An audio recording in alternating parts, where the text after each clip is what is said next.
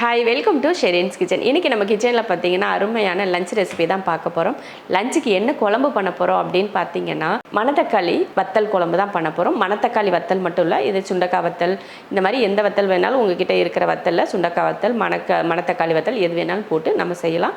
நம்ம வெஜ்ஜு ஹோட்டலுக்கெலாம் போனோம்னா இந்த மாதிரி வத்த குழம்புலாம் கொடுத்தாங்கன்னா அதில் தேங்காயெல்லாம் அரைச்சி போட்டு தான் நமக்கு அந்த குழம்புலாம் இருக்கும். அது டேஸ்ட் வந்து ரொம்ப சூப்பராக இருக்கும் பார்த்திங்களா.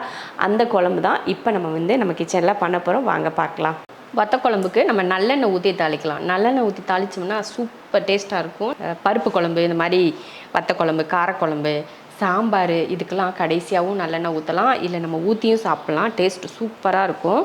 எண்ணெய் காஞ்சதுமே கொஞ்சம் கடுகு, அதுக்கப்புறமா கொஞ்சம் வெந்தயம் இல்லாமல் வத்த குழம்பு செய்வோமா, அதனால கொஞ்சம் வெந்தயம் சேர்த்துட்டு நல்லா பொரிஞ்சதுக்கப்புறமா பார்த்திங்கன்னா கொஞ்சம் சீரகமும் சேர்த்துக்கணும். வெந்தயமும் கடுகும் பொரிஞ்சதுக்கப்புறமா சீரகம் போடுங்க. அப்போ தான் கரிஞ்சு போகாமல் இருக்கும். முன்னாடியே போட்டிங்கன்னா சீரகம் மட்டும் தனியாக கருகி போயிடும். அதனால் பொரிஞ்சதுக்கப்புறம் சேர்த்துட்டு கூடவே கொஞ்சம் கருவேப்பிலை, 200 கிராம் அளவுக்கு சின்ன வெங்காயமும் ஒரு 10 பல் பூண்டும் சேர்த்துருக்கேன். நல்லா அந்த பச்சை வாடை போகிற மாதிரி நல்லா வதக்கிக்கலாம். இது வதங்குற ஸ்டேஜில் பார்த்திங்கன்னா போய் நம்ம தக்காளி அரைச்சிட்டு வந்துடலாம். அதுங்களும் இது வதங்கட்டும். 3 தக்காளி எடுத்திருக்கேன். இதை அரைச்சி எடுத்துக்கலாம்.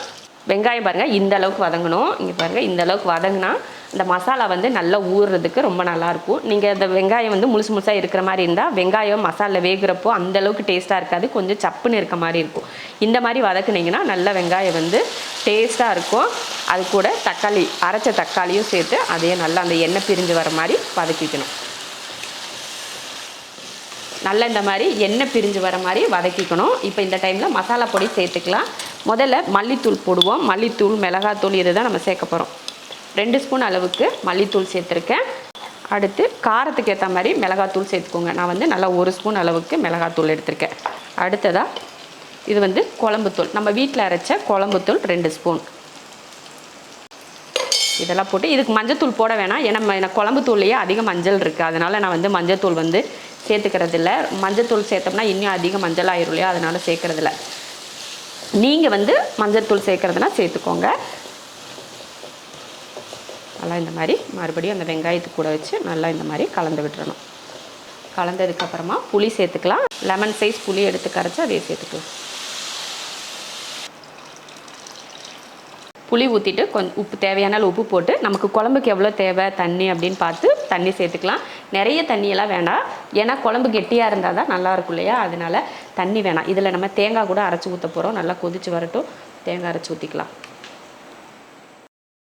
நல்லா குழம்பு கொதிக்க ஆரம்பித்ததுக்கப்புறமா பார்த்திங்கன்னா தேங்காய் ஊற்றிடலாம். நல்லா 1 துண்டு தேங்காய், அதிகமாக வேணாம், 1 துண்டு தேங்காய் இருந்தால் போதும். அரைச்சி இந்த மாதிரி ஊற்றிடணும். வெஜ் ஹோட்டல்லாம் போய் சாப்பிட்டோம் அப்படின்னா வத்த குழம்புல இந்த மாதிரி தேங்காயெல்லாம் ஊற்றி தான் செஞ்சுருப்பாங்க. அந்த டேஸ்ட்டே ரொம்ப அருமையாக இருக்கும் இல்லையா. அந்த மாதிரி தான் இன்றைக்கி நம்ம வீட்லேயும் தேங்காய் அரைச்சி ஊற்றி வத்த குழம்பு பண்ணுறோம்.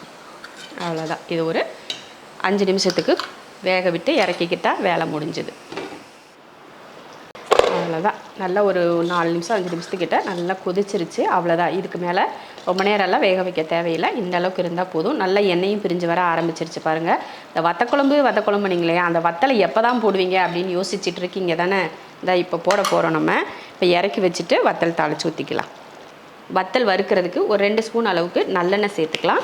நல்லெண்ணெய் தான் சேர்க்கணும், சரியா. அதுக்கப்புறம் நம்ம கையில் இந்த மாதிரி ஒரு கையளவுக்கு நான் மணத்தக்காளி வத்தல் எடுத்திருக்கேன். நீங்கள் சுண்டக்காய் வத்தல் எந்த வத்தல் இருந்தாலும் நீங்கள் போட்டுக்கலாம்.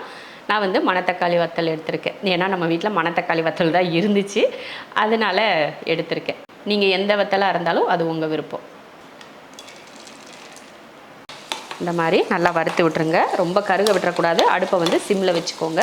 சிம்மில் வச்சுட்டு நல்லா வறுத்து விடுங்க. நல்லா அந்த கலர் நல்லா கருப்பாக இருந்தது கொஞ்சம் அந்த ப்ரௌன் கலராக வருது பாருங்கள். நல்லா மொறுன்னு வருந்து வரும். அந்த டைமில் தான் நம்ம எடுக்கணும். அவ்வளோதான், வறுத்தாச்சு. இப்போ இதை குழம்புல ஊற்றிடலாம்.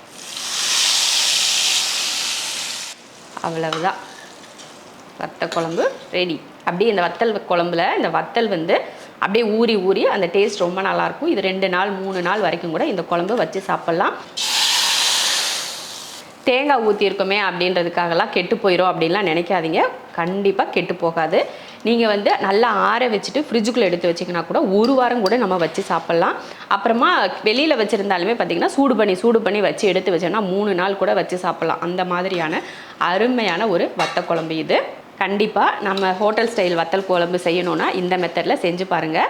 நாங்கள் வந்து இங்கே கோயம்புத்தூரில் வந்து துடியலூரில் கிருஷ்ணா ஹோட்டல்னு இருக்குது. அந்த ஹோட்டலில் வத்த குழம்பு நல்லா இந்த பக்குவத்தில் தான் இருக்கும். அதே போல் நாங்கள் இன்னொன்று சாய்பாபா கோயிலில் அபூர்வான்னு ஒரு ஹோட்டல், இப்போ அந்த ஹோட்டலை எடுத்துட்டாங்க. அந்த ஹோட்டல்லையும் வத்த குழம்பு வந்து இந்த மாதிரி பக்குவத்தில் தான் இருக்கும். டேஸ்ட்டும் ரொம்ப நல்லாயிருக்கும்.